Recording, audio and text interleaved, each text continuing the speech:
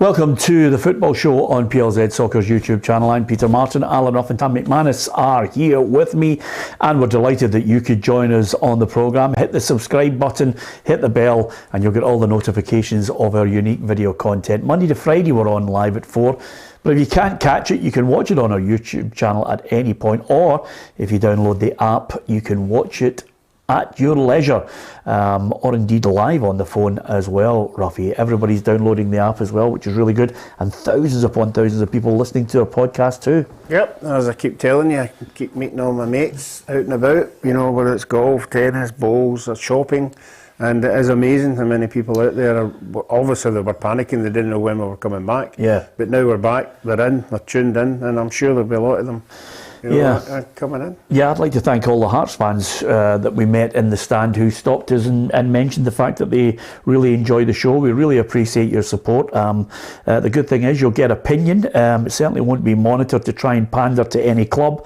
And of course, over and above that, we'll read out some of your thoughts as well. We'll try and give you as many managers and players interviews as possible. And of course, we've got some really good one-to-ones coming up over the course of the season and some competitions to look forward to as well. So before we get to the weekend Scottish Premiership fixtures, what about last night? It was just simply a joy to be there, to hear the fans, see Tannadice rocking, and watch Dundee United get a 1-0 win over AZ Alkmaar. There's so much to talk about, Ruffy, but from my own point of view, being in the press box, they were absolutely magnificent. I mean, it's a tough game. I think Alkmaar are certainly a side with a better pedigree in Europe over the last few years than Dundee United. So to keep a clean sheet and to get that goal was superb. Yeah, I think all the Dundee United supporters went along there with the memories of the past, you know, and hoping it could be not the same as the past, but you know, at least they would be winning European games, and that's what. If you're a supporter and you're a supporter of a Scottish club, you want your team in Europe, you want your team challenging against these teams for other countries, and certainly last night they were equal to them, and obviously winning the 1-0. I was hoping maybe 2-0. 1-0 is also always a bit dodgy. So you saw them up first hand. Do you be able to tell us if they were better than what we think they were? Well, I was well impressed. I mean, listen, he's put a side together. How he got the boy Levitt, I'll never know, Tam. I mean, the boy Levitt is great, but the best signing for me is your mate Fletcher. He not only, as we were talking about over the course of the last couple of weeks, he can hold the ball in.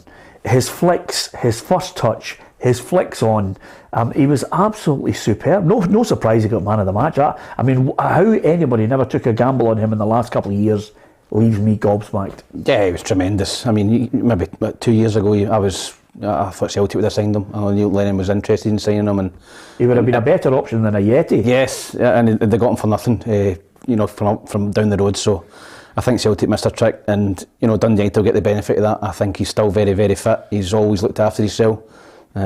He's still got that wee yard of pace, that burst, but his hold-up play is incredible. He's always been. I remember him as a kid coming through at Hibs, watching him and playing him as a young boy. He always had that intelligence, great left foot, could hold the ball in, nice touch. And he's obviously improved since he's went down to England, so I think he's a massive signing for Dundee United. The boy Levitt in the middle of the park's different class. I mean, how Dundee United got him on a 2-year deal, I do not know, but they will get serious money for him because he stood at a mile last night. Mulgrew and Edwards at the back, solid. I was really impressed with Dundee United. I think they'll do well this season. They've also got a manager who's very talented. His tactics were spot on. They kept it a pretty high line. They didn't just sit in and defend against Alkmaar. The first 3 or 4 minutes, Alkmaar just kept the ball. I thought, well, it's going to be a long night, but slowly but surely they got into the game, and you've got to give Jack Ross and his team all the credit, and hopefully they can get through, because it'd be great for Scottish football if Dundee United could put out, you know, a really good European side. Yeah, and the good thing about them, Ruffy, just picking up on what Tam said there, is although they have Fletcher as an out ball in the air, he's an out ball in when he can hold it in as well, they played football out in the flanks too. They really moved it about. Middleton, I thought, really settled in quickly to give the fans a sense of what's to come. But the substitution just 60 seconds before the goal and bringing on McGrath as well, you've got to give the manager credit for these things. Yeah, of course you have, and he's identified that McGrath as a player, whether he's coming off the bench or even on the park, he's got a bit of quality. There's no doubt about that. But I think when you go into Europe, the European sides tend to let you have the ball. They let you play, and if you're good at taking possession, it's in the last third of the part you've got to have that something that's a wee bit special to win games, and certainly they got the goal, so it'll be interesting to see how they're going to play away from home. What about the goal? Yeah, what a strike, but he's got it in him. He's been at clubs, even when he was at St Johnstone, he was scoring goals like that, not regular, but he's certainly, he's come for a quality side in Rangers, and he's been about, so he's got it in him, and Jack Ross might be the manager that can bring out the very, very best in him and a bit of consistency. I think Middleton's needed just a club to put his roots down. He's been Rangers, 3-year deal. He's been on loan everywhere. He's been papped out. He's been at Hibs on loan. St Johnstone done. He's been everywhere. So I think that now he's got a manager that rates him. I think he's a talented player. The goal itself was a fantastic goal. Levitt with a great diagonal ball. To Middleton, who went between two defenders. Lovely little ball from McGrath, and he curled it around the goalkeeper. A tremendous goal, and a goal fit to win any game. So I hope Middleton can kick on. He's a winger, he's inconsistent, but he's got ability. I'll tell you what was really good as well, because obviously they've got Edwards at the back, Edwards, but Charlie Mulgrew, if you've got that spine where there's a wee bit of quality and legs in the middle of the park, you've got the experience of Fletcher up front, but Mulgrew never looked phased. Even when they were trying to close him down, he'd just shift and away he would go and pick the pass out of defence. I thought he was immense last night, Charlie. Yeah, I don't think a game like that would have phased Charlie. He's played at the highest level. He's played in Champions League games in front of 60,000 at Parkhead, played in big international games for Scotland. So that game last night was easy for him. He made it look easy, him and Edwards. What impressed me most was they kept a high line. It would have been easy for Dundee United to drop off and give Alkmaar a lot of respect and just defend, but they kept a high line. It made the gaps between the midfield and the strikers less, and it made Dundee United go and play the game in their half, which I thought was really important. Yeah, absolutely. I had a wee worry about the boy Freeman, that's not his natural position, left back. He was getting caught out a few times, but he put in a shift and everybody grafted, and of course it sets it up nicely, according to Jack Ross, for the return leg with that 1-goal advantage. We've been involved in two-legged ties now, both domestically in playoffs and then European football last year, and they are different.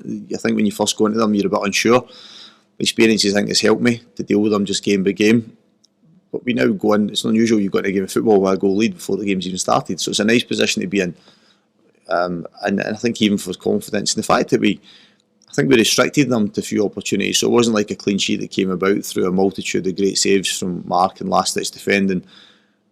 A couple of saves, a couple of blocks and headers, but in the main, as a team, we defended really solidly.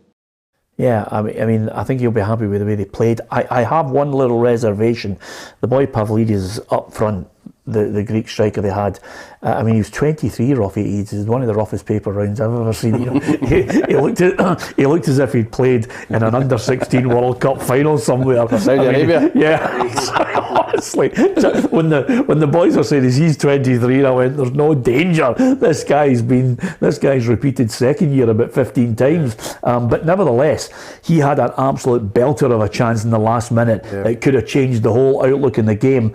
But that's my only concern. I think one might not be enough. Well, we're saying well done to Dundee United and well done to them, for winning the game. But you would think Alkmaar would be leaving the stadium last night saying, right, we can turn this round. Yeah. We're not out of this by a long shot. But so it's up to Dundee United to go there, possibly get an early goal if they can, and defend properly. But they'll fancy their chances now. Yeah, I don't think they've lost a game at home in Europe since 2017, and they beat Celtic 2-1 last season, and it could easily have been 3 or 4. So Dundee United will be cursing themselves that the away goal rule's been scrapped. I think 1-0 at home would be a great, it would be a great result to take away from home, wouldn't it? And a goal would mean they needed 3, but it's not to be. But we'll soon see. I still think Alkmaar are favourites to go through, but Dundee United gave themselves a chance. Yeah, absolutely. And I'll tell you what I hate to consistently rap on about the money, but that could be huge for Dundee United. I was up there chatting to Tony Asgar in the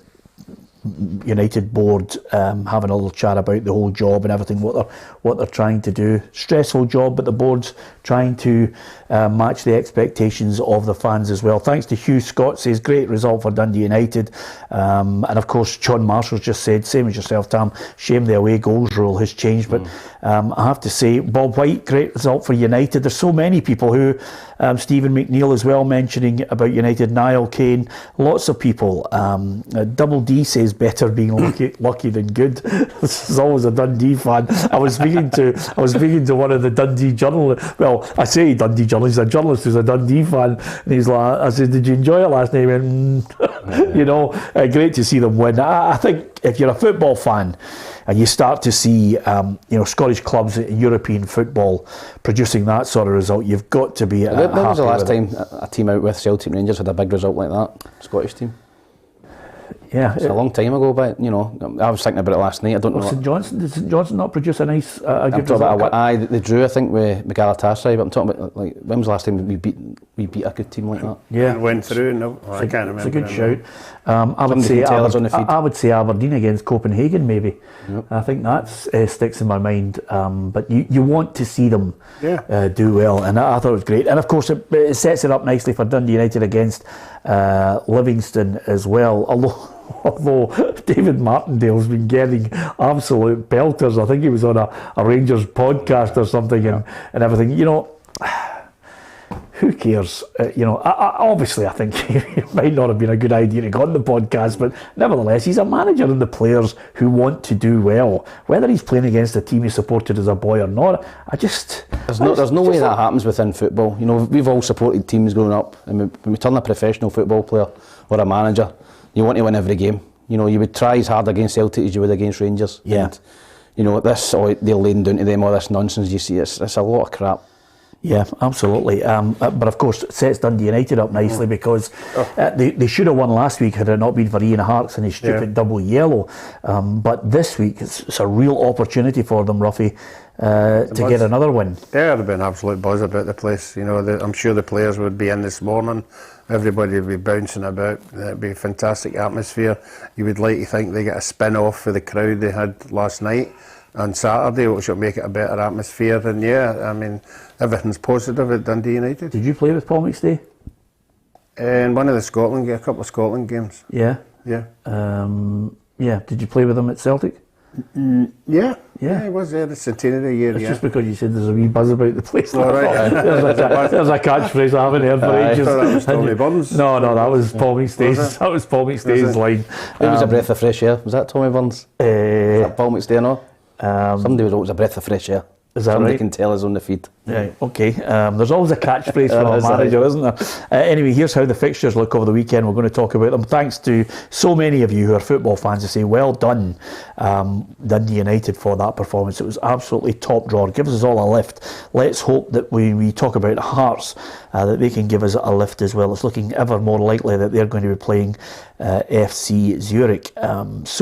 The fixtures, Aberdeen against St Mirren, Motherwell St Johnstone, Rangers against Kilmarnock, Ross County against Celtic, and then on the Sunday, the early kick-off at 12 is Hibs against Hearts, and it's Dundee United against Livingston at that 4:30 time, which I absolutely hate, Ruffy. 4:30 kills your Sunday. It's a nightmare, Tom. You can't have your what do you call it? You can't have your Carvery with the Yorkshire pudding. You can't fit it in. Sunday lunch. It's just not good, is it? No, 4:30. No, it's not anyone. I'm not having it. Anyway. Hibs Hearts at 12 o'clock. That's good on Sunday. Yeah, that's a good one. I'm going to be going through there to the derby. Hibs and Hearts playing Edinburgh, Ruffy, at Easter Road or Tynecastle, just in case you ever follow anything in the Premiership. So with that in mind, we've been out and about, and Kerry was in the capital city covering Hibs and Hearts today.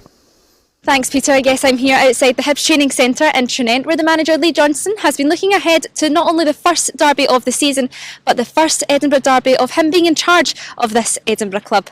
A phrase he used to describe the mentality needed in this game is fire in the belly, ice in the mind. The manager also hasn't forgotten that Hibs haven't won a derby since 2019 and wants to hear the home fans singing Sunshine on Leith when the final whistle goes on Sunday. But the main objective remains very clear going into this fixture. We'll be going for the jugular, we want to go and win the game. It's as simple as that. Like I said, a lot of new players, they haven't felt that sort of historic sort of feeling of losing those games. So, you know, we're at home, we need to take the game to the opposition. Over on the other side of Edinburgh, Hearts boss Robbie Neilson has experienced more derby wins between the two sides in the past season and says that having both sets of fans there on Sunday is going to make this tie a special one. Derby is the fans. You know, it's, yes, there's 11 at the pitch, but it's the fans coming together in that intensity. You know, and having, you know, a full end of Hearts fans with the place rocking. You know, there's nothing better than being out there. It's going to be an exciting one this Sunday. Both Edinburgh clubs going head to head for the first time this season. It all kicks off on Sunday at 12 o'clock at Easter Road. Yeah, thanks to Kerry putting in a shift there at the east end of the city. I was, of course, at the Jambo. Yeah, I was. I was at lunch that, yeah, absolutely. T-bone steak. I was at the Hearts presser. Just anybody's microphone that I didn't like, Ruffy, I just threw it off the tape. BBC. And it was good.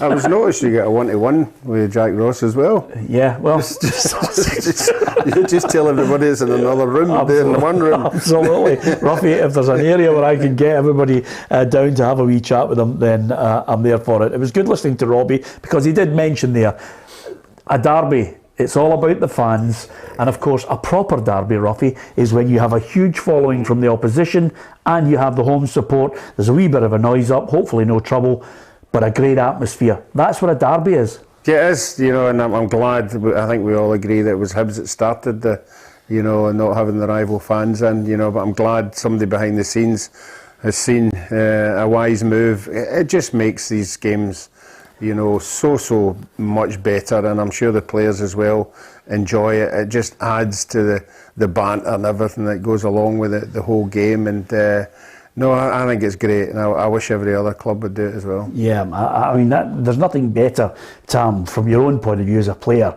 You run out, especially if you're at home, you run out, but you see a huge away support there, and you know you're going to get pelters. Yeah, there was nothing better for me than to play in the Edinburgh derbies. My first one was at Tynecastle, actually, and to run out into that, you know, full house, and you look to your right and you see that full stand full of Hibs supporters, just pumps you up, gives you a wee bit of an edge. And I can't imagine, you know, an Edinburgh derby with 800 away fans. I think it wouldn't be the same. So fair play to both sets of clubs. It adds to the colour and the atmosphere of the whole game, and you're hoping for a good game. I think last season there was 2 0-0s. Yeah. So, you know, I'm not really expecting a high-scoring affair. Well, strangely enough, I think there'll be goals in this one, Tam. I mean, obviously we're going to give our predictions on this. I've got a feeling that there's going to be goals, Ruffy. But, you know, I was asking Robbie Neilson today, I'm interested to see what Lee Johnson's thoughts are on this, about how many more players that they need before that window shuts. Robbie Neilson reckons 2. He's obviously after a South Korean winger that he wants to try and bring in Lee Sung-woo. But other than that, he's still, you know, he's looking at Davenport, assessing him in training, Jacob Davenport this week. But he wants 2. Martin Boyle, heavily tipped to return to Easter Road as well. I think Aidan McGeady mentioned that it would be really good, and it's been held up over an issue over, you know, wages that he's owed. Yeah, I mean, they'd be great signings, but if you ask any manager, they want as many players as they can get. If you can get 2 players for every position, you're on a winner, you know, so I don't think they're too far away for that. I mean, I think Hearts are favourites going into the game. You know, I think, as I said yesterday, I think they've got the more firepower than Hibs, but Hibs are at home. You know, you would like to think the Hibs players will roll their sleeves up. The majority of fans will be Hibs fans, so you want to put on a show. So I think there'll be goals in it as well. Yeah, okay. Well, let's start. I win 1 each. Oh, one each, yep. A draw? Yep, a draw, 1 each, yep. I think Craig Gordon again will have a big part to play in these derby games, and I think he'll help his team along the way. Yeah, well, there's the stats there for you to see, Ruffy, on this one, because quite simply, you know, 2 draws, as Tam mentioned. God, I hope it's not a draw at Easter Road on Sunday. Of course, the great thing about Hearts' statistics, they are 3rd in the league, Scottish Cup runners-up. And of course, not only have they got the top scorer, you know, there with Liam Boyce, Martin Boyle had left in the January of the season, but Liam Boyce supplemented now by Lawrence Shanklin, and he's still looking for additions to that front line. Isn't it incredible that Martin Boyle left in January and he's still the top scorer? No, it's not really. As you know, you watched the misery. Yep, it was a horrendous season for Hibs last year. Yeah, they cannot be as bad as that again this year. Okay, lots of people. Hugh Scott says 2-1 to Hearts. For me, and Hugh, I agree with you. I've got Hibs 1, Hearts 2. You've got a draw. What are you going for? Well, my heart's saying Hibs and my head's saying Hibs, but I'm going to go for a draw. You're going for a draw. Your heart has said Hibs, and your head said Hibs. Yeah. I'd quite fancy Hibs, but I just no gut feeling. Just obviously blatant bias. Blatant. No, I just don't know. Just a wee sneaky. Who's the match winner then in Hibs? Who's the person going to be the match winner? It's such a great question. The thing with Hibs is there a total. There's about 3 or 4 or 5 maybe making their debut in an Edinburgh derby, and you don't know how they're going to react to that. They could go and have a storm, or they could be poor. So I don't know, but I'm going to go for a 1 each in the predictor, but it wouldn't surprise me if Hibs won. Yeah, Mark Fairfield says Hearts 4, Hibs 1. Stay off the drugs. It's mental. I love the fact that everybody has an opinion. Mark, you could be right. Who knows? One thing. Don't be 4-1 now. Come in on Monday. Well, just Mark could be like that. I was just about to say to you, midway through this game, if it's not going according to plan, text me, will you? Over and above that, Hearts know that it looks as if they're going to be facing FC Zurich now. This tie for me is the most important of all, over the next couple of weeks once they find out, because Zurich defeated Lingfield 2-0 in Belfast last night, so suddenly Hearts know what they'll have to do. Yeah, I mean, we all know that they're coming up against sides, apart from Rangers and Celtic, they're better quality in their Premiership, so they have to be organised, and that's probably why Hearts manager's wanting more players in. He's wanting a fighting chance, and you've already said the way the money goes in this thing, it is a lot of money. I was reading, you keep talking about coefficients, I was reading something that was posted today. Added reading to your game now. Yeah, I did that, and I was absolutely stunned how you get these coefficient points. Yeah. I didn't know that all our points get divided by 5. At the end, we've got 5 teams, so if Celtic get 4 points and Rangers get this, and then the other teams chip in a point, it then gets divided, and 1 miles away. Getting, I think it's Austria behind us, but they're calm down. We're still 12 points. We're still to catch up. We're still in 8th. Yeah, but we've got 12 points to catch up. As long as you stay in that top 10. I was going to say top 10 is a must, Ruffy. But the other thing about it, which is a bonus, is there's a big red line on that list with Russia on it. And as long as they're out of it, we've still got a chance of staying in that top 10. And I'll tell you right now, Tam, that coefficient will be brilliant if we could get Dundee United and Hearts in there. Oh, it'd be huge. You want to be in a situation where you get 2 teams in the Champions League, and you maybe get the team that finishes third goes straight into a group stage. Europa League group stage. Imagine going straight into that. Getting that £7-8 million. What a carrot that would be for every team out with Celtic, Rangers to finish third. Yeah, absolutely. Okay. What about Rangers against Kilmarnock? Do you throw Morelos in from the start?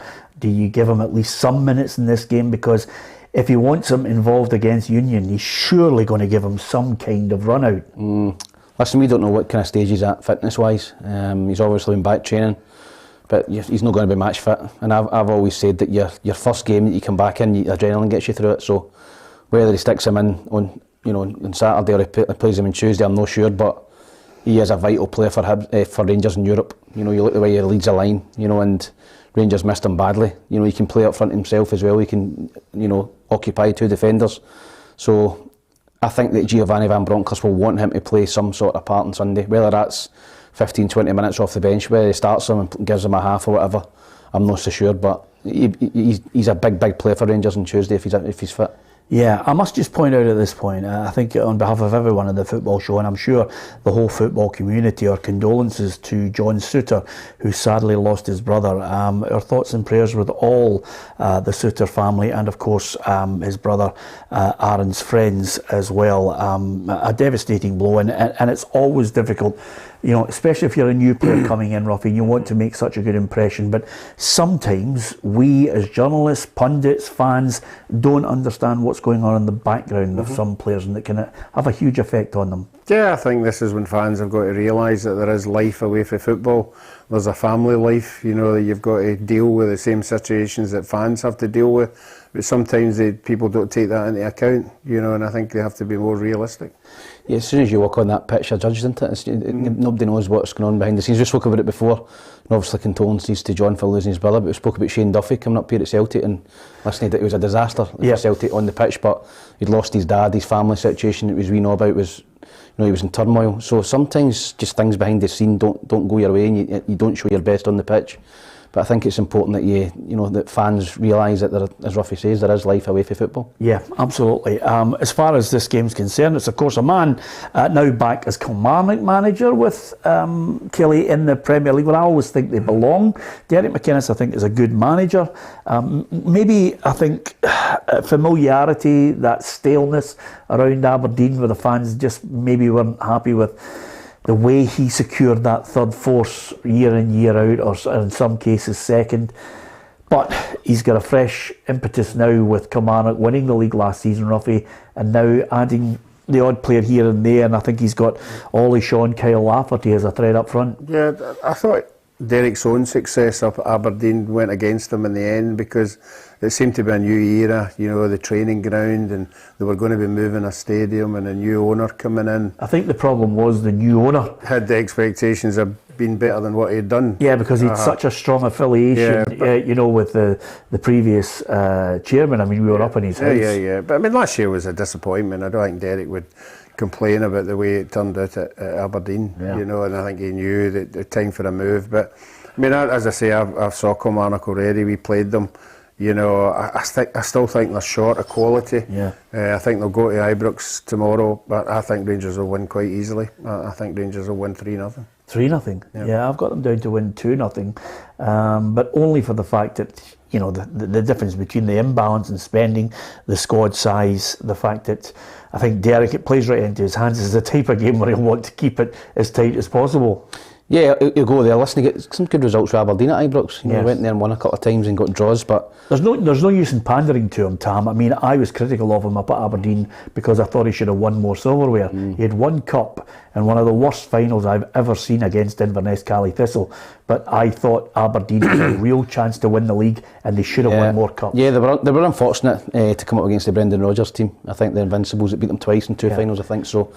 I agree with Ruffy. I just don't think Kilmarnock they've still got the bones of that championship team. They've not really strengthened the team. You know, they've brought in squad he players. strengthened the team by bringing power and Donnelly in. He's put a bit of steel in the midfielder, but they don't have the quality like the McGraths, you know, and any of the players have got a wee bit of skill. They'll be a good hard-working team, but I think Rangers will win. I think I went for Rangers 4-0. I think they win. Yeah, that was an emphatic win. I think they win cosily. 4-0. 4-0 to Rangers. Right, okay. You've gone for it big time, Tam, to try and get points. Sorry, Kilmarnock How many fans. points are you on from last week? 16. 16, okay. It's not a bad start for you. Ruffy, you had a good start. 14, yeah. You had 14, I had Ross 13. County goal at Tynecastle just stopped me forgetting. It got me 5 points. I think we need to really make an effort this year, Ruffy, because Alison, if I don't wipe that smile off her face on a Monday, I'm going to be raging. Too smug, isn't she? Yeah, she's getting a bit to the point of unbearable. I'm going to have a word with her. But nevertheless, she's got 19 points. So what a start from her. What about the scoreline? 4-0, 3-0, 2-0. Okay, Ross County Celtic. Now, this for me has got the makings of a great game. It's amazing every time you mention Ross, somebody playing somebody up at Ross County. Yeah. It's a slippery slope. You know, you're always thinking this could be, you know, a dodgy one for anybody who goes up there. But I know Celtic struggled a wee bit last year, but I still think they've got far too much quality to lose that game. Well, I want you to do me a favour, can you? Yeah. If you, I know sometimes you just watch a 1.5 minutes. See if you can watch a more extended view of Ross County, because Edwards, Samuel, Mayafula, that front three really are a handful. I think they'll score. But I'm really impressed with them, Ruffy. I like what Malky's doing up there. Well, I like what he's doing as well. I think year on year they have got better. You know, obviously they lost a couple of their right good players, but he seems to replace them with a couple. And it depends, you know, what kind of performance they've been up. But I think Celtic will still go up there, and it'll be a hard shift. But I still think they'll win quite easy. Yeah. Okay. What have you gone for? 2-0. 2-0 for Celtic on this one. Of course, we've got to analyse the squads. I've mentioned that I think I'm really positive about middle to front Ross County and what they have put together. I think I've already said I think they can go top 6 and really push for a European spot if he adds to it as well. As far as Celtic are concerned, well, everybody's debating, can they retain the title? Ange Postecoglou reckons they've got a stronger squad at the moment than they did last season. From our perspective, it just means an adjustment to the way we train. So training's been really good this week, really competitive. Obviously, we've got a really strong squad this year. I think we're stronger than we were from a squad perspective on the back of last year, which means training is super competitive, and now that the games have started, everyone wants to play. So everything we do is really at a high tempo and ultra competitive. And well, high tempo, competitive. He's got options in the middle of the park because Hatate's injured, so he's going to miss the game. Ideguchi's not available. He hasn't really, featured to any point where you can make a judgment on him either. But it gives the likes of Turnbull a chance. Aaron Moy maybe as a starting position. Yeah, I think Turnbull will come in. I thought he came on and done well against Aberdeen, set up the goal. So I think that he'll come in and play. And I think he's a very talented player as well. So Celtic's squad's really strong, as Ange just said there. They've got a big pool of players to pick from, and I agree Ross County will score, but Celtic have got far too much quality, too much firepower, too many goals in them. I think I've went for Celtic 3-1. Yeah, I've gone 3-1 as well. Ruffy, what did you go for? 2-0. 2-0 to Celtic. How do you feel Ross County will do this season, Tam? Yep, I don't think there'll be any bother at the bottom, but I think they will be pushing. I think Aberdeen, Hearts, Hibs, and I think Ross County, Dundee United could be battling for that 6th spot. Yeah, okay. Thanks to so many of you for offering your opinion. Pug says Celtic 5, Ross County 0. So, as you can see, there are some people that just... I don't know about you, but I've just got a picture of Pug sitting in his Celtic man cave with the scarf on at the moment and the strip with boots on too. just watching reruns of previous Celtic victories. Is that right? That's all right. I mean, I'm sure you know some supporters like that. I know they just don't. It's like the only excuse. Remember the only excuse skit with the guy, the boy with red hair. Yeah. I mean, John Patrick. No, but there's always the selling gear. I must admit though, not that there's anything about being unbelievably biased in your team. I love that banter. 5-0. There's a boy on here who's given the same thing. Hearts to beat Hibs by 5 or 6 as well. It's good. You love that noise up as well. That's the fun of the whole thing. Pat Scanlon says 3-0 to the world famous Celtic. Hey, it's all about opinions. It's as simple as that. You'll get them here, that's for certain. As far as the other matches are concerned, we did mention there. I did get your fixture for Aberdeen, didn't I? Did I get your prediction on the Dandy Dons? Let's talk about the Dandy Dons because that's the 10th signing. There'll be no excuses this season. Jim Goodwin has his team now and they've just got to try and gel. Now, he did mention something which I thought was quite interesting. He said, this is now after that Celtic game. There's a run of games coming up that we feel are winnable. So he's got St Mirren away, Motherwell away, St Johnstone at home and Livingston away. Yep, listen, there's no excuses now. Aberdeen have spent a lot of money this transfer window. They've signed the boy Shaden Morris for a 4-year deal, undisclosed fee from Fleetwood. And Fleetwood are a League One club, and pay good money. So he'll be coming up here on a good wage. So there's no excuses now for Jim. I think they've got a talented squad there. He's kept the players he wanted to keep. Johnny Hayes, McCrory, he's kept all the ones he wanted and he's got rid of the ones he didn't. So I think Aberdeen will be good this season. I think St Mirren will struggle for goals, so I went for Aberdeen 2, St Mirren 0. Yeah, I've gone for that as well, Tom. It's almost as if you and I have had a chat with each other and copied it. But St Mirren, Stephen Robinson, I think, has to win. I still think he has to win a few people over, Ruffy, which is the difficult part of it for him. He says he's building something. Yeah, well, he better build a couple of strikers because he's not got any. Obviously with Brophy being out in Maine, although he had a couple of good chances at the weekend there, thought Kelly had 2 fantastic saves for him, brilliant saves, but they don't have a firepower. I think when they play the Motherwells and that, they'll hold their own, but that run of games that Aberdeen have got, they've got to win most of them. Yeah. Because the fans won't put up with what happened last year. you know, and if he doesn't win games, then there'll be pressure. Yeah, absolutely. Well, I think he's right. I think 3 of them are definitely out of the 4 where you would say to yourself, Aberdeen should be picking up 9 points. I'm not so sure about the Livingston one, though. You never know what you're going to get there. But I've got 2-0. Yeah, I copied both of you. I've got 2-0 as well. Okay. Motherwell against St Johnstone. The Motherwell board have got a short list. They're going to whittle it down this weekend. Have a look, discuss them. Stevie Hamill for me is the out and out favourite. I think they will unveil Stevie Hamill. That's my gut feeling on it.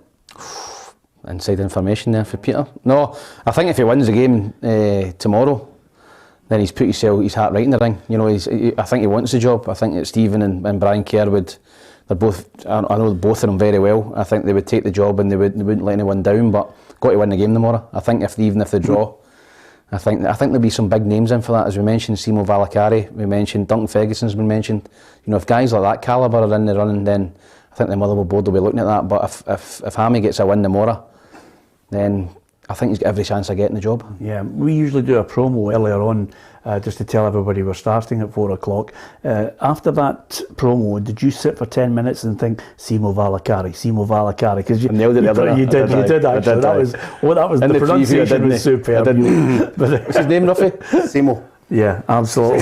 His second name, Ruffy? Just calls him Simo. Ruffy's his best mate, just calls him Simo. Anyway, I think Stephen Hamill will get it. Of course, Stephen Hamill's in the box seat because he's in there as caretaker manager at the moment. He's watched the team win by a solitary goal last week against St Mirren, and of course they played with 10 men towards the end of that match. So can he get even more out of them? He wants, quite simply, Motherwell to produce something even better than last week. What we seen last week, to be associated with a club or a coaching staff or be a member of that club and see that performance that they put in last week is excellent. It's good to know they've got that in the locker, but also we need to be more than that. We can't just be that. In and out of possession, we need to be better. Obviously, squad needs a little bit of tweaking and stuff like that. Yeah, he wants to tweak that squad if he gets the shout. The reason why I think he will get the shout is because, quite simply, he knows the club. He knows the young, talented players that Jim Patterson alluded to that were there that should be actually knocking on the door. Maybe 1 or 2 might knock on the door and get the shout this season, as well as what I think will be, experienced players that need to come in there and try and steady that Motherwell ship. Yeah, I mean, you'll get an interview the same as everybody else. The board will have already met. They'll have what's on the agenda, and whatever comes in to the interviews will have to tick the right boxes. So it depends what's on these boxes that are getting ticked, and if Hamill comes up with, a lot of the ticks, he'll get the job. But as Tam said there, it'll be very, very interesting to see who is after this job. I'm sure over the weekend, no names will start coming out in the papers, and then we'll get a better idea of what he's up against. What I would say about Motherwell is, you're right about Stephen Hamill. I worked with the boys at Braidhurst. About 8 of them went full time into Motherwell this summer, and I'm telling you right now, it's the best batch that Motherwell will ever have. Best batch of young players. There's 4 or 5 absolute crackers in there. So I think Motherwell, and even the year before, starting to come through. Motherwell's youth policy is, for me, in my opinion, one of, if not the best in Scotland. The boys are bringing through, and they sold McKinstry and the boy Rhys McAleer to Norwich and Leeds about 2 or 3 years ago, and they'll probably sell some of these boys. One of the boys went to Rangers actually. So their youth policy is thriving, and that's one of the reasons why Hammy and Kershaw might get it, because they've come through the ranks, 18s and reserves. They know other boys. Yeah, absolutely. I think that's the ideal way to go for Motherwell. They know exactly what the structure should be. Develop your youngsters, get them in there, give them a couple of years, and hopefully get them a couple of years getting 75, 100, 125, 150 games. Unlike, which I thought was a total waste, Jake Hasty. Ill-advised moves. Everybody knows they're going to come back at main Batterman and say more money, join a club like Rangers. He could have had a bigger club if he'd allowed himself to develop at Motherwell, I think. Yeah, there's no doubt about that. But some young players listen to the wrong advice. It could be their parents, it could be an agent, it could be whatever. But every club loves seeing a young player coming through the academy. Everybody, even in the programmes, if there's a name and it says beside it academy, the fans see that you're doing something behind the scenes, And the more that break through into the first team, it's even better, because that's what they really buy into, that you're doing something. Fair enough, you might have to sell them on and get some money, but the fans don't seem to be bothered with that. Yeah. I'm not against foreign players coming in and adding something to the game. I was against it. There was a period in Scottish football where they were just bringing in foreign players for the sake of it. They were cheaper, and I watched a lot of duds coming into our country, and it basically was to the detriment of young Scottish players. I like homegrown players coming in because there's a greater affinity. I'm not being xenophobic about it. There's an affinity, especially if you're from a local area. There's an affinity with the fans. You want to develop, you want to do your best, and if you bring in that little sprinkling of gold dust from abroad, and take a little bit of the best of them as well, I'm all for it. I just don't like seeing teams flooded with foreign players who quite simply are not any better than some of the youth players that deserve a chance. Yeah, I think now with the financial restraints in Scottish football, that a lot of clubs now are looking towards a youth policy. They want to bring the young boys through because it's cheaper, and they know if they can get one or two gems. Motherwell had a few. We just spoke about them. Turnbull, going for a lot of money, and that pays out. All that money goes back in and redevelops into the youth system. So that's got to be the way forward. You're right, your Frank Sozis, your Russell Latapis, guys like that who come and add stuff to Scottish football, who are, good professionals as well, are great. But the substandard, and I played with a lot of them throughout my time as well, the substandard foreigners that just come in because they're cheaper, and they're stunting the growth of young boys coming through. I think if you're always got to look first at your youth policy before you look to buy somebody abroad. You've got to give these young boys a chance. These young boys that are coming up at 17, 18, have got to know that the manager at the club's going to give you a chance if they think you're ready. Because a lot of these boys at academy, you know better than me, there's a lot of these boys at these academies when they're 12.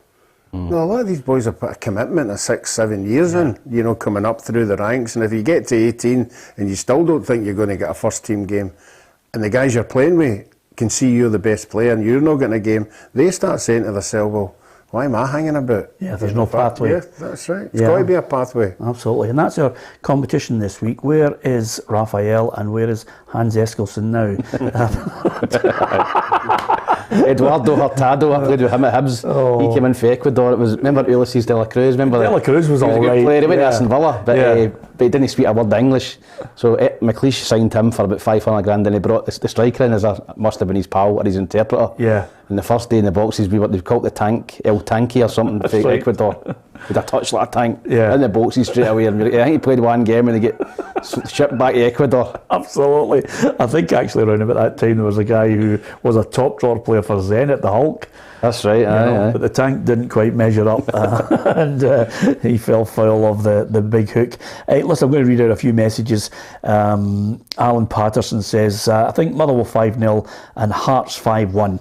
We should have do you know what we should have every Friday, Ruffy? We should have the Can of Kestrel Award for somebody who's just out of their box, not actually concentrating, just thinking, let's have a right good noise. Just what I mentioned. And just wants to mention, Alan, you're up there with Pug, who actually just mentioned that he was sitting chortling away about his man cave. Everybody needs to have a man cave, don't they, Ruffy? You need it. Yeah. There's more and more people building them now. Oh, the friend of mine at the golf get invited. He wanted me to get in and open his man cave.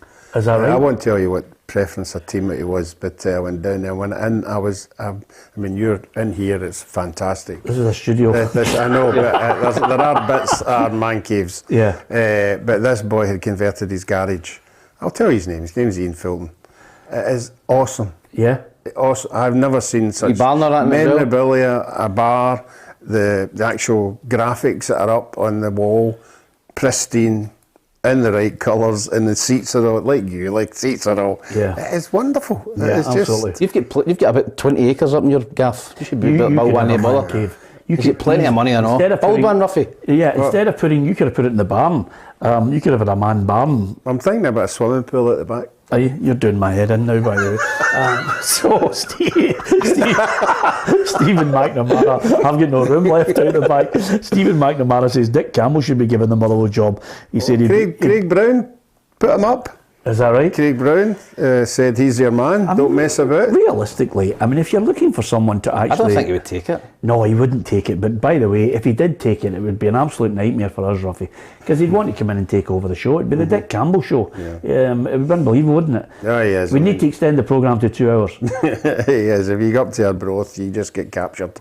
You know, he is, and particularly if he wins. Yes, absolutely. You know, if he wins, you're trying to dodge out, you're trying to hide away from him. But no, he's Arbroath through and through. He's football through and through. Oh, well, I was with him a couple of weeks ago in Yes. Edinburgh, and he was absolutely top drawer. And you've been with him the last I was week. with him a couple of weeks ago. But you couldn't have the 4 dicks on here. No, absolutely. It would have been an absolute nightmare, and I don't think that'll be the headline. But nevertheless, thanks for that, Tam. You happy with that? You've always got to get a wee line in, haven't you? To say that, no. Yeah. Well, to be fair, it's one of the reasons why you were billeted from Hibs, and it's going to come sooner or later, Ruffy. Yeah. I know Ruffy's wanting rid of you, but I'm going to persevere with you. Anyway, apart from that, thanks very much to so many people. Listen, lots of people have got man caves. It would be good to see some, actually. That'd be good, wouldn't it, Ruffy?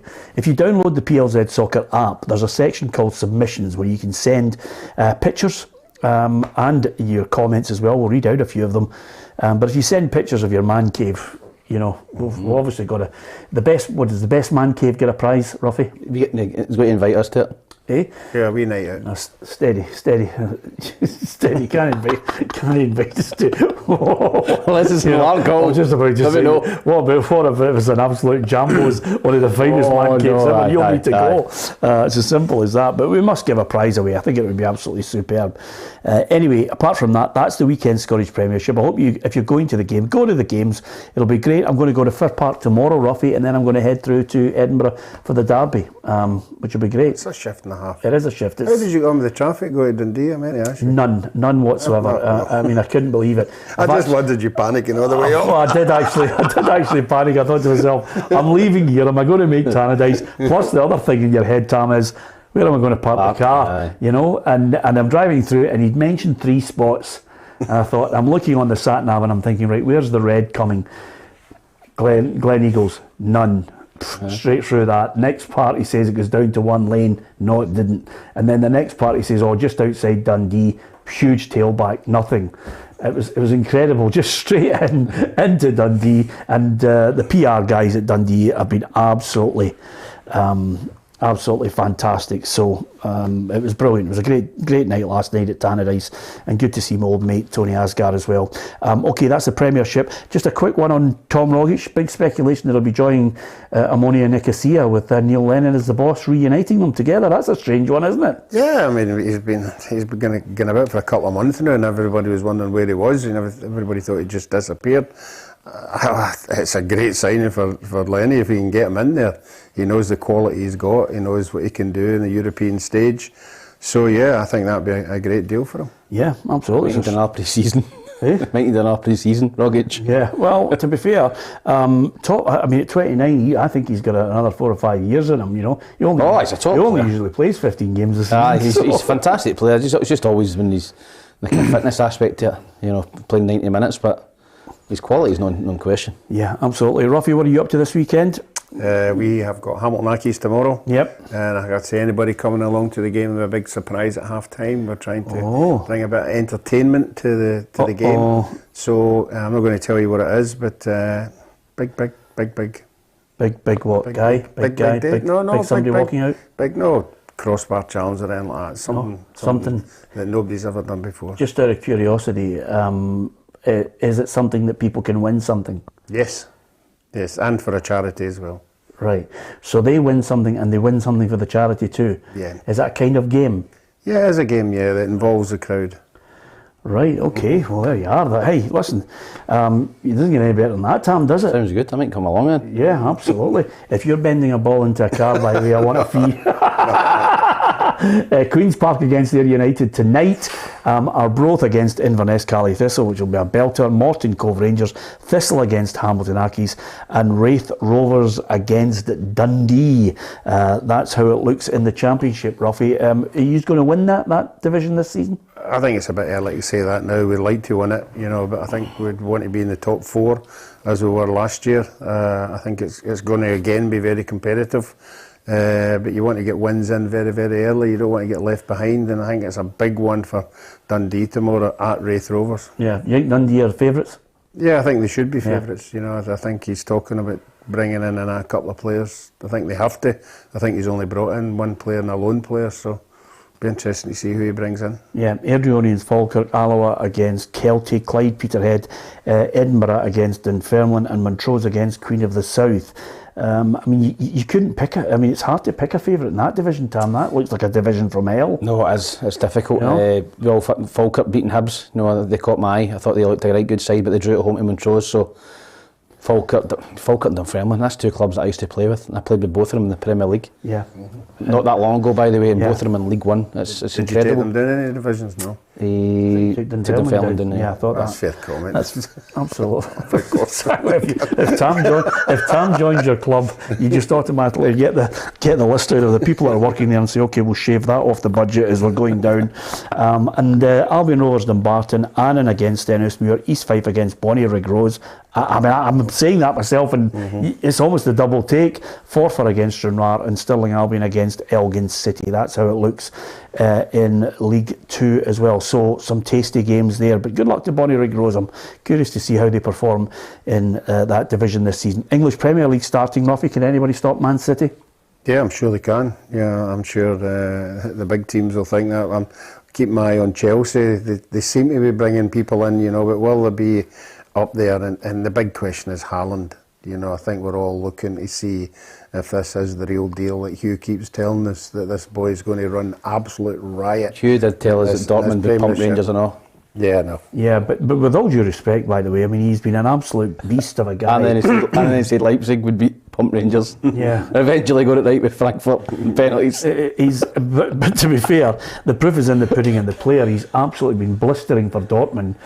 My assertion of this is he should be bagging 30 goals this season because the service will be incredible. Yeah, listen, I think he's a fantastic player. Obviously against Liverpool in the Charity Shield, he missed a couple of chances. But I'm sure once he gets one and off and running and gets that, you know, it just takes the pressure off him a little bit. I think you'll get 25, 30, no problem. Yeah, the fixtures for the weekend, looking forward to the English Premier League coming back, is Crystal Palace, Arsenal, Fulham against Liverpool. Shane Duffy on loan there at Fulham. Liverpool looking absolutely superb. I think Nunez is going to be an absolute star for them. Bournemouth, Aston Villa, good luck to John McGinn. He's the captain there. Leeds against Wolves. Newcastle, Nottingham Forest. Newcastle, will they be looking to try and get on the edge of European football? Forest have spent a fortune and changed their team around big time to return after 23 years. They're back in the big time, Nottingham Forest. Spurs against Southampton. Antonio Conte has added players. Everton against Chelsea. Well, Frank Lampard has got the job from hell now, Ruffy. Yeah, as I say, I think Chelsea will be a wee bit of a force this year, but he certainly is. I think it's everything going on behind the scenes at Everton. It just doesn't fit right. Yeah, absolutely. Leicester against Brentford. Hard to believe it. Kasper Schmeichel right out of left field joining Nice. It's over. What a great period you had there. The memories will live with him forever. Yeah, well, as I said, winning the league and winning the FA Cup. You know, fantastic at Leicester. Brendan Rodgers, I mean, he's losing all his best players. I think Fofana's going to be leaving, and the other lad in the middle of the park that they're talking about leaving, he's not spent a penny. So I think Tielemans. Yep. So I think James Maddison's getting linked to Newcastle. So his team could be, you know, pulled apart, and he could be looking for another gig, I think, Brendan. And before that window closes, I anticipate Ronaldo will get his wish and be sold. Yeah, it's disappointing. He's a hero for Man United supporters, isn't he? You know, he's obviously had 2 spells there. But he just doesn't fit any, you know, the new manager's plans. You know, the high press, and doesn't matter how many goals you score. You know, you've got to fit into a system that the manager wants to play, and he doesn't fit into that. And I think he wants to move on and get one last payday, I think. Yeah, well, I don't think it's the payday. I don't think it's the payday. I think he's at that point where he just wants to play Champions League football because he wants to continue to enhance that record. Yeah, I mean, I never seen that interview. I've already been on record saying America would be his next stop. But if you're telling me he wants European football, then he's not going to get it in America. No, he's definitely not, Ruffy. You can't beat that kind of punditry from Ruffy, just straight in there telling you that there's no chance of European football for him in America. That's That's what you're trying to replace, by the way. 10 years of comedy gold. God. He's on blistering for him. Sharp after an hour. Exactly. West Ham against Man City. I think West Ham were brilliant last season, and now he's got to replicate it all again against a team. What an opening day for them. Yeah, it certainly is, and we all hope he does particularly well, because I thought they were great. Thought they could have done a wee bit better in Europe as well, because that'll be the target now. The owners will want them back in Europe. How long can you keep doing it for without getting seriously backed? Yeah. He's pulled Rabbit out of hat, 2 seasons in a row now? Yeah, he needs money. Mark Fairfield puts a good point across. Forest have spent an absolute fortune hoping they can do something. Well, he may well have spent a fortune, but they'll never ever. I mean, I'm so lucky to have been alive, Ruffy, and I'm so lucky as a journalist to have interviewed Brian Clough, a year or two before he passed away. It was an absolute joy. His side, for me, were special. It contained one of my favourite players of all time in John Robertson. What a team he had. It'll never be replicated. Going from the first division, or the old second division, to the first division and winning it, and then winning the European Cup twice. Yeah, and the ideal knack of bringing the right players in the right positions, the John McGoverns, people that weren't up there, but good club players. He could identify them and bring them in and take them to another level. And every Notts Forest player will have a story to tell you about Brian Clough. Yeah, they were absolutely brilliant. Great, a joy to watch. And just before we go, guys, don't forget to hit the subscribe button. We really would like you to tell your mates, join us. You'll get opinion. You'll get some opinion that will infuriate you. Wee bit of banter, wee bit of interaction between everybody as well. John Curie says Robbo the Tramp. That's what Cloughie used to call him, but he used to tell all the special players in that Nottingham Forest dressing room, look, we're under the cosh, give it to the Tramp and he will win the game for us. And that's the best thing you could ever wish for. Robbo sitting in the corner, smoking a cigarette, thinking, okay, I'll change the game for you. He was an absolute genius. I love him. Now, good luck to everyone in the women's game, because the SWPL starts back at the weekend on Sunday. Glasgow City against Spartans, Hearts Partick Thistle, Hamilton Aberdeen, Rangers against Glasgow Girls, Dundee United Motherwell and Celtic Hibs. Rangers setting the benchmark, they're the champions. Suddenly you'll start to see, I think, a real shift with a lot of the clubs starting to put money into that, because the revenue will increase, the interest will increase, Ruffy, and more people off the back of England winning will want to see girls playing football regularly and more quality coming through. Yeah, I think year on year the women's football has picked up a lot of good bonus points. Obviously it was Glasgow City for a while, but now you've got Rangers, you've got Celtic, all challenging, you've got players going down to England, and it's the same in the men's football. If you're a young girl in a football team and you see the star of your team moving on to Arsenal or Man City or whatever, it's something that's got to be a target. Yeah, absolutely. We focused on it yesterday. Don't forget, if you go onto our YouTube channel and, of course, across our social media, Kerry Pollock has been interviewing the great and the good from the Scottish women's game, and there's a brilliant package there to whet your appetite for the games on the Sunday. Thoroughly enjoyable to watch, and, of course, hopefully, more and more of you will get into the women's game. I noticed a number of little girls going to the football in the men's game wearing the names of some of their heroes playing women's football as well. The times, they are changing, and for the better. We love our football, we talk about it, and we talk about it with you. Hit the subscribe button, hit the bell, and you'll get all the notifications of our unique video content. If you download the app, you can watch it at your fingertips live, or you can watch it on catch up as well. And you can, if you've got a man cave out there, send us a picture by hitting the submissions. There's an area where you can send a photograph. We'd love to see some of your man caves to see if they're up to the standard that we all approve. We're off to Pug's man cave because apparently the bevy is flowing and there's only one guy drinking it at the moment, which is Pug. Who's just sitting there. Leprechauns. He's just sitting there with steam coming out of his head. But apart from that, we love our football, and thanks to all of you for keeping it very sane on our feed. From Tam, from Ruffy, and from myself, enjoy Scottish football, go and support your team and get home safely, and we'll see you on Monday.